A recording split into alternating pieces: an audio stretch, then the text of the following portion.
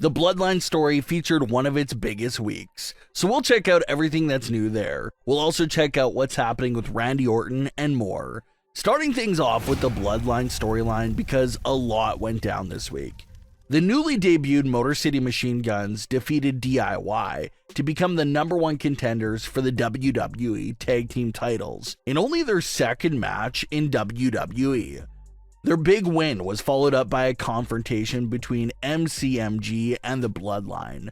Solo Sikoa tried pulling something sneaky off, suggesting that the Bloodline put their tag team titles on the line right there on the spot. This was obviously a dirty move from Solo because MCMG had just finished a long battle against DIY and was very tired and vulnerable, while the Bloodline were fresh and rested, so Solo knew what he was doing.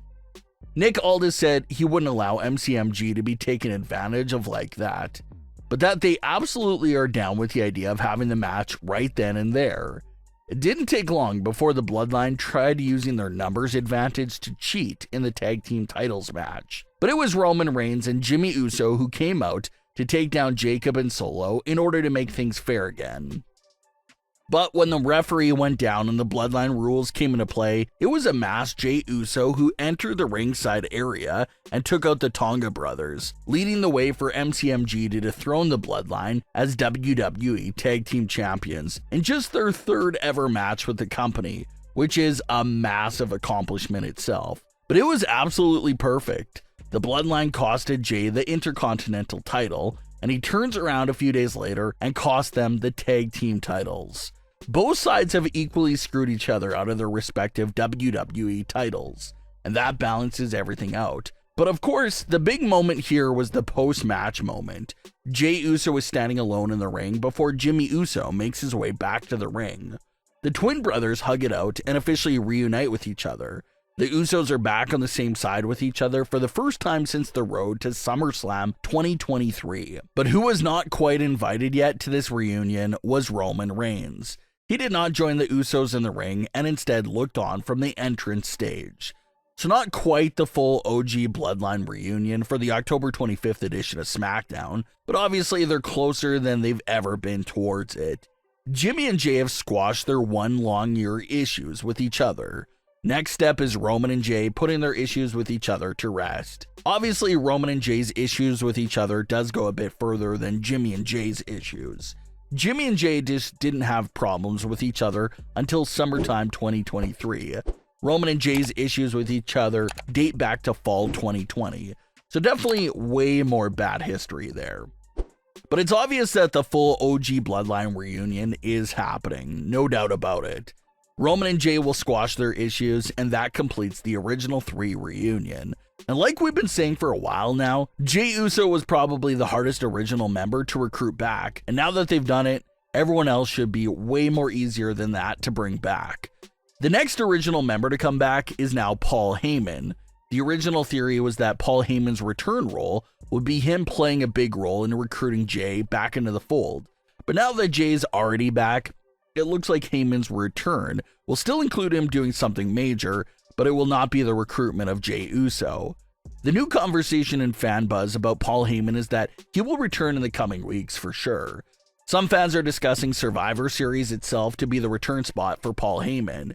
He may not be of physical use to the Bloodline, but Paul Heyman's return should be treated as a big deal, and even get the honor of taking place at a premium live event.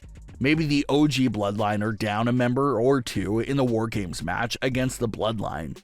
Maybe Paul Heyman can return with that 1 or additional 2 members to join the OG Bloodline side. There's lots of rumors surrounding the War Games match itself, and if it'll be a 4-on-4 or a 5-on-5. If both teams need 4 members, that means only 1 individual is missing on the OG Bloodline side to make that match complete. There's lots of reports going around that saying Sami Zayn will reprise his role in the OG Bloodline and be their 4th man against the Bloodline. Fans feel like WWE even hinted at this direction themselves in a tweet that said Jimmy and Jey were feeling oozy after reuniting, which is a word that was made extremely popular by Sami Zayn during his time with the original Bloodline. There's even other rumors going around that the Bloodline Civil War match may still be a 5-on-5, and if that's the case, that means that even Solo side will need to do some recruiting themselves. Some fans feel like The Rock could be that fifth man on Solo's side. He's a family member, he's a heel, he's going to play a big role at WrestleMania 41. It just feels like an ideal spot for him to be in. And over on Roman's side, even if they get Sami Zayn back, they're still missing another person to be their fifth member. Some fans are discussing the idea of Cody Rhodes being Roman's fifth member, but that's getting a bit of mixed reaction from fans. Obviously, Cody has a lot going on right now between Gunther, Randy Orton, and Kevin Owens.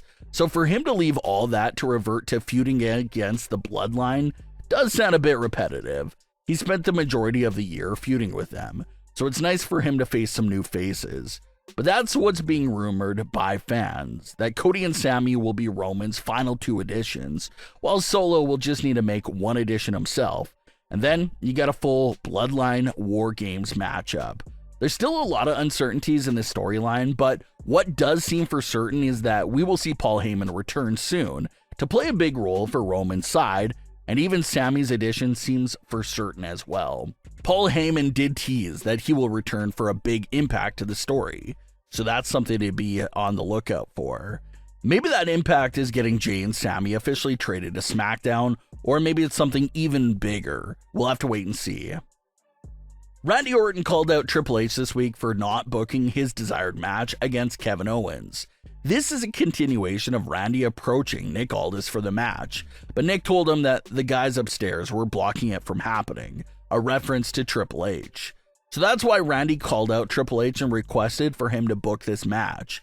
But Triple H said he didn't want to do it because he was protecting Randy from Kevin Owens. Triple H said that Kevin Owens has a different look in his eye and has shown a dangerous side of himself that no one has seen before, so he wanted to shield Randy Orton from Kevin Owens. Triple H says WWE just got Randy Orton back after 18 months and how they're scared of losing him again, potentially even for good. But after some convincing, Randy was able to get Triple H to book the match. And later in the night, Randy saved Cody Rhodes, but once again put his hands on Cody's WWE title and left his eyes wandering on the title for a while. Randy's been doing this to Cody's title all summer long, and it feels like something is building there. And even Triple H's promo could influence a Randy Orton heel turn in a way for the near future. Here Randy is hearing Triple H talk about how dangerous Kevin Owens is and how Randy needs to be protected from him. You got to assume that something is going off in Randy's head, almost feeling a bit offended by Triple H's words, because does Triple H find him to be weak?